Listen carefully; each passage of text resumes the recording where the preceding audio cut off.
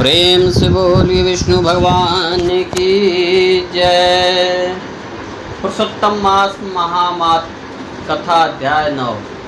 सूत जी बोले, तदंतर विस्मय से युक्त नारद मुनि ने मेघावी ऋषि की कन्या का अद्भुत वृत्तांत पूछा। नारद जी बोले, हे मुनि, उस तपोवन में मेघावी की कन्या के बाद में क्या किया और किस मुनि श्रेष्ठ ने उसके साथ विवाह किया। श्री नारायण बोले, अपने पिता को स्मरण करते और बार शोक करते करते उस घर में कुछ काल उस कन्या का व्यतीत हुआ। युद्ध से भ्रष्ट हुई हरिणी की तरह घबराई शून्य घर में रहने वाली दुख रूप अग्नि से उठी हुई भाप द्वारा बहते हुए अश्रु नेत्र वाली जलते हुई हृत कमल वाली दुख से प्रतिक्षण गर्म श्वास लेने वाली अति दीन घिरी हुई शर्पणी की तरह अपने घरों में सरुद्ध अपने दुख को सोचती और दुख से मुक्ति होने के उपाय को न देखती हुई उस किशोरी को उसके शुभ भविष्य की प्रेरणा से सांत्वना देने के लिए उस वन में अपनी इच्छा से ही पर क्रोधी जिनको देखने से ही इंद्र भयभीत होते हैं, ऐसे जटा से व्याप्त साक्षात शंकर के समान भगवान दुर्वासा ऋषि आए।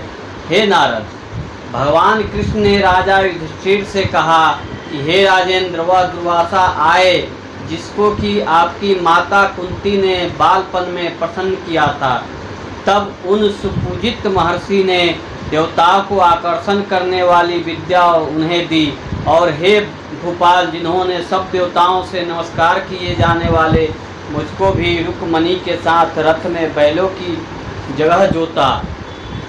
दुर्वासा को बैठाकर रथ खींचते हुए जब हम दोनों मार्ग चलने लगे, तब चलते चलते मार्ग में अति तीव्र प्यास से सूख गए थे तालु और ओष्ठ। जिस रुक्मणी के ऐसी जल चाहने वाली रुक्मणी ने जब मुझे सूचित किया, तब कंधे पर रथ की जोत को रखे हुए चलते चलते ही पाँव के अग्रभाग से पृथ्वी को दबाकर रुक्मणी के प्रेम के वशीभूत मैंने भोगवती नाम की नदी को उत्पन्न किया।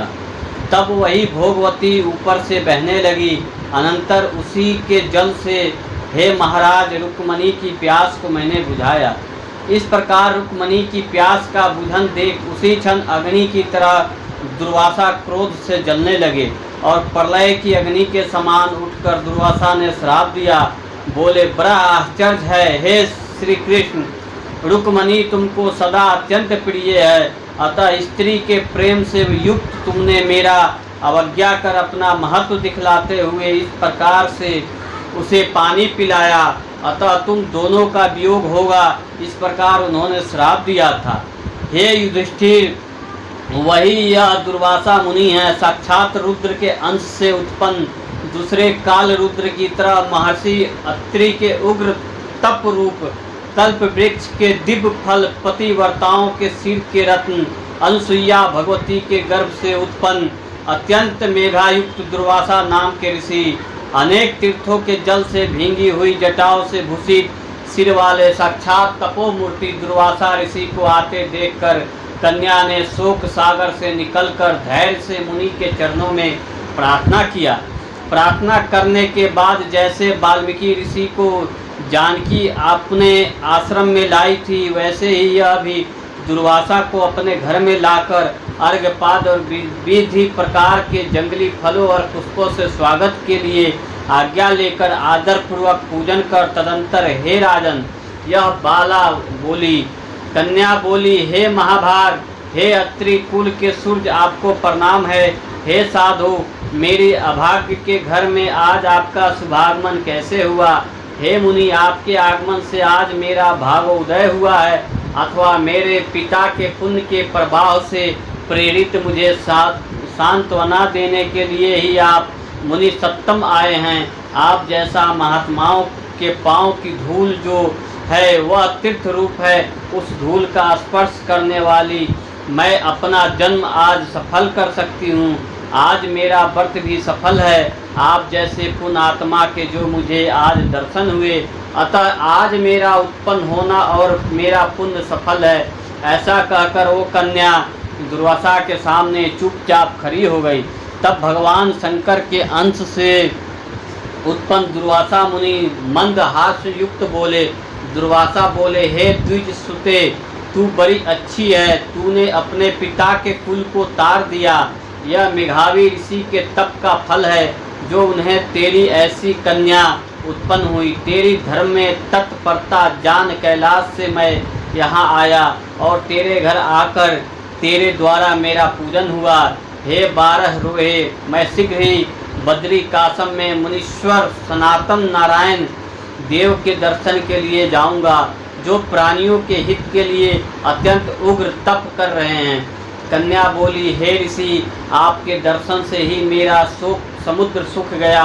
अब उसके बाद मेरा भविष्य उज्ज्वल है, क्योंकि आपने मुझे सांत्वना दी है। हे मुनि, मेरे उस प्रादुर्भूत बड़ी भारी ज्वाला युक्त दुख रूप अग्नि को क्या आप नहीं जानते? हे दया सिंधे, हे शंकर, उस दुखाग्नि को शांत कीजिए। मेरे विचार से हर्ष का कारण मुझे कुछ भी दिखलाई नहीं देता। न मुझे माता है, न पिता है, न तो भाई है जो धैर्य प्रदान करता। अतः दुख समुद्र से पीड़ित मैं कैसे जीवित रह सकती हूँ? जिस जिस दिशा में मैं देखती हूँ वह दिशा मुझे शून्य ही प्रतीत होती है। इसलिए हे तपोनिधे, मेरे दुख का निस्तार आप शीघ्र करें। मेरे साथ विवाह करने के लिए कोई भी नहीं तैयार होता है। इस समय मेरा विवाह न हुआ तो मैं भी वृषली शुद्रा हो जाऊंगी, यह मुझे बड़ा भय है। इसी भय से न मुझे नींद आती और न भोजन में मेरी रुचि होती है। हे ब्राह्मण, अब मैं शीघ्र ही मरने वाली हूँ, यह मेरा इस समय निश्चय है। ऐसा कहकर आंसू बहाती हुई कन्या दुर्वासा के सामने चुप हो गई। तब दुर्वासा कन्या का दुख दूर करने का उपाय सोचने लगे। श्री नारायण बोले, इस प्रकार मुनि कन्या के वचन सुनकर और इसका अभिप्राय समझकर बड़े क्रोधी मुनिराज दुर्वासा ने उस कन्या का कुछ हित विचार पूर्ण कृपा से उसे देखकर सारभूत उपाय बतलाया। इति श्री बृहदारण्यके पुरुषोत्तम महात्म्ये 9वां अध्याय। प्रेम से बोलिए विष्णु भगवान की जय।